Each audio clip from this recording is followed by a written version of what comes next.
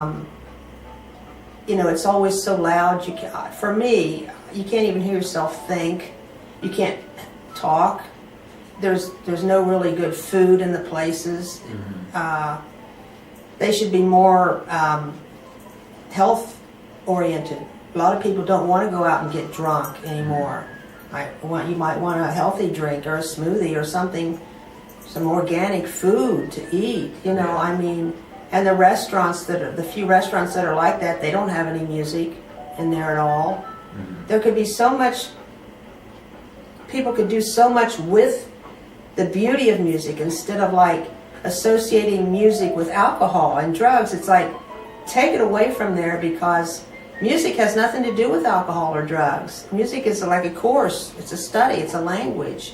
And if you learn it, and the quality of musicianship, the good musicians stop playing because they don't want to go out and play for nothing. People don't pay people to play music, and that's what happened to the whole situation through the years. Like I said, a union used to be in force here.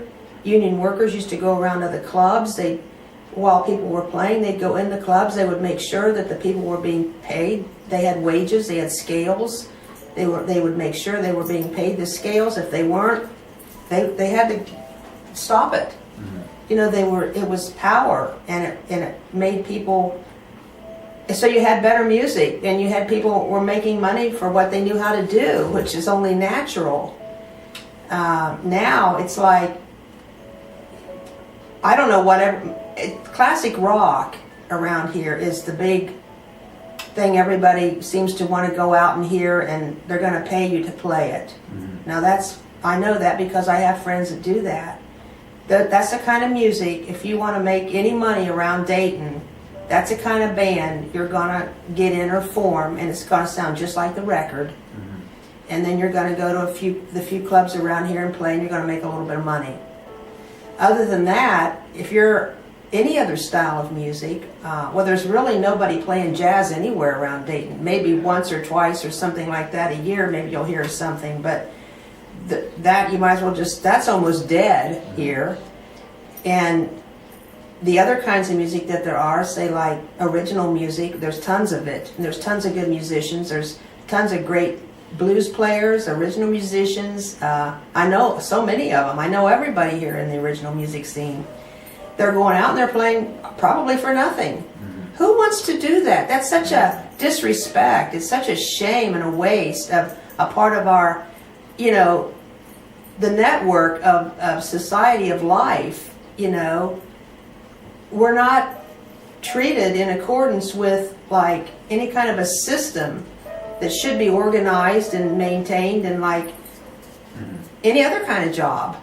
And maybe if there were, maybe we'd have a little bit better quality in what we're going out to pay to listen to, because you're paying to go into these places, or you're paying to have a few drinks or whatever you buy there. But the musicians aren't really being paid to do it. It's like, you spend like so many people say this, I spend a whole entire day. First you got to pack up, you got to load up, you got to go, you got to set up, you got to play, you got to unload. You spend a whole entire day, and you have all the money invested in the equipment. It's just not. It's just not right. Yeah. My few friends that are actually in bands, they say like you can't just stay local and actually turn a profit for what they're trying to do. Like you have to tour around to at least the tri-state area to even break even more times than not. Just because a lot of the places here, they pay, but it's not enough. And there's so many other bands that are forming. It's really kind of hard to get in the door and then keep a routine performance like every other month. And then the whole everything being on a major level, nothing, you can never, you're never going to succeed unless you're like in like the 1%, of like music. And there's so many people that need to make a living. Like recording, there's no real recording industry going on around here. There's nothing. Everything's online. I mean, everything could be developed to incorporate music and make a financial base out of it all locally, instead of like, okay, one place, we've all got to go to New York, we've all got to go to LA. I've done that. It's There's no soul. it just doesn't work. It There's no just soul in doesn't big work. city.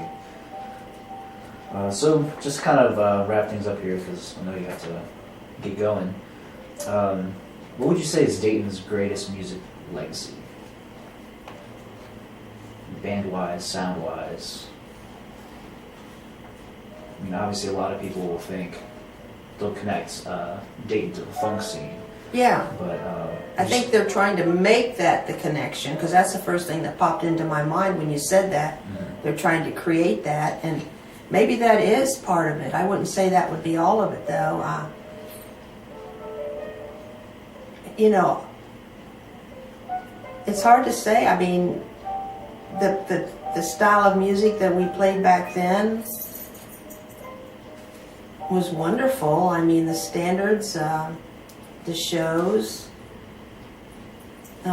We had lounge music, but then you've had other kinds of music too. There's a lot of good blues that's come out of Dayton, and still a lot of good blues players in Dayton that compete and win and go on down to the different, competitions that they have yearly. The original music, there's a lot of good original musicians around here that probably nobody or the majority of people don't even know exist or have never heard, and I think there's always some, Canal Street Tavern. I mean, look at Montgomery. I mean, look what all he did for this area. He was probably the greatest single impact musically in the recent years of anybody that had a great impact on music here, because when you would go down to the Canal Street Tavern, I always felt at home there. It was like my living room. It wasn't based on alcohol. It was based on music, and it was always comfortable. And I think his influence was, unparalleled here as a single person promoting good quality music of all different kinds. He was open-minded. He had the lesbian music, any kind of music he had, and it was all good music. So I think he's probably the one single most important person as far as back then with Lenny, the Forum Club. Look what all they did for music, and I got to play there. Sup Millers, all that Supper Club, that whole era of time. It was so long ago. People don't even know it existed anymore. It was great at the time, but now it's gone. It's just disappeared. It's just, it's disintegrated into nothingness. Now the kind of music we have here, for now, with Mick gone, then Jerry Gelati, now he's gone. He did all that for jazz around here for so long, and as long as he could, then he started bringing in other kinds of music because the jazz scene was just dying, and he was a big influence in this town for music. Jerry Gelati, huge.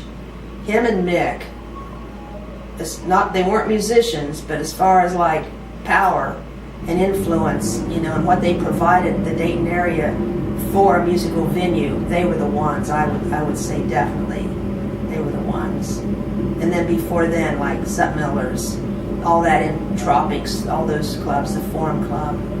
The clubs themselves seems to have a big influence on the impact of music. Right now, what clubs that we have? Well, they have different clubs. I guess the Yellow Cab Company is really doing great things for original music. It's not very, fancy or anything, which is, I guess they're doing the best they can.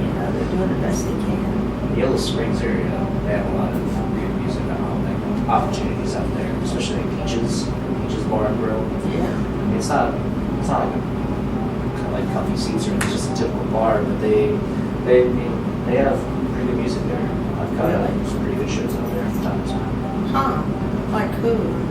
No one big. It's no one I've ever heard of. I've never gone there specifically looking for anybody, but it's just happy to be playing there. So I'll go hiking out at Glen Helen all the time. And I'll just stop there for a drink before going home. End up spending 3 or 4 hours there because of the band. That's great. Yeah, because I remember like Kelly Ritchie. I saw her play up there once, and she's fantastic. You ever heard her? She's from Cincinnati, but she's a great guitar player. And the Emporium too. I've heard a lot of great music at the Emporium. It's a good venue. It seems like it's one of those things where you just have to be at the right place at the right time anymore. Right. There's so many. There really is a very vibrant music environment around here, and there's so many people that just want to play, and there are really a lot of options for them to go out and play, but Yeah. they're not going to get any money for it. Is what it's a really big deterrent. It So is. a lot of like once people start to become good enough, they feel a need to kind of move away to like a Nashville or an LA or New York. It's kind of sad because then people like us kind of don't really get to enjoy it anymore. Right. I mean, it's good for them because it kind of pushed their career forward, but Then it makes you wonder, like, when they go there, is it really going to work out, or is it going to pay off, or are they going to end up coming back here? And it's a gamble that people just naturally take, and you just never know what's going to happen. Usually it doesn't happen. It's a hard road. yeah. Yeah, you're right. Though there is a lot. There's a lot going on that I'm not saying because I'm not involved in it. You know, like there is a lot going on around here. A lot of festivals too.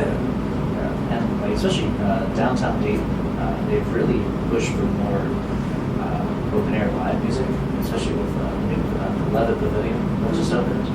There's offering free shows for people to come out. and jam Right. to. I love that. I'm very much in favor. Yeah, and I haven't been there yet, but I It's think pretty that's a awesome. real good place. You're right. Especially because there's some people that never get to actually go to like a live show performance, and then there is just smaller bands from the area that have now like they can have light shows. Yeah. Put on like a big kind of thing. Yeah, that's nice. And it's all local, right? The bands mostly are local, but it could be some people traveling through as well. And the Rose, you know, I mean, talking about, I've gone to some great concerts at the Rose, at the Phrase. I mean, I've seen some fantastic, you know, national shows here in town. And Schuster, you see Diana Ross at the Schuster Center, that was incredible. I've seen so many great shows. Diana Krall, the Phrase, just so many. Yeah, they do. And the Rose is a great venue. Absolutely. It's really, really very good. And there's been kind of a movement recently too, where a lot of these bigger bands, like bigger name bands, will actually prefer to play smaller venues just because of the more intimate setting. I like that. Yeah, 'cause, I mean, there's one thing to go to a concert, like a giant arena, because I mean, that's one feel, or like a giant festival in a big field full of 20,000 people. But when you're in like a small room or a small concert hall that only seats maybe a couple hundred, it's a completely different feel. Exactly. Guy, Now that's the kind of concert I would go to. I don't go to the big, huge concerts. I don't want to. doesn't sound the same. It's too spread out. Yeah. But yeah, I know you got to get going here. Are there any last words you want to impart, some words of wisdom to whoever might be watching us later on down the line? Yeah, let's all get together and develop a plan that will support the financial security base for musicians and somehow see that it gets enforced, somehow that's one thing I've thought about so much in my life. You know, you look at a paper, you have all these jobs. Well, we need our place in the paper where we get jobs, we get to live, we get to make a living. I mean, I've lived a whole life of poverty because of being a musician, and it's like, of course I've tried a lot of other things, but you eventually have to follow your heart, you know, I mean, or you're in misery. But in order to do that, you're going to live a life of poverty, and I think it's something that needs to be looked at and corrected, you know. I really do. And I hope someday in our country that it gets somehow a group of people in the government or wherever it would have to be to start to make it happen. Yeah, I think the government's too focused on STEM education to help out there. It's definitely have to be a grassroots kind of movement for sure. Well, that would be great. Okay, you can get them the fun art classes. Yeah, it's just, it's just wrong. Well, maybe we could start a grassroots movement of somehow to start organizing a working base of information that would allow the musician to, first of all, have more opportunity, to create more opportunity, where everything doesn't have to necessarily start at 10 o'clock in the evening and be based around alcohol, or else you're taking a music lesson. And that's one thing about being a music teacher. It's like you get these kids in, and it's like you feel kind of guilty in a way, because where are they going to go with what they're learning? What are they going to do with it?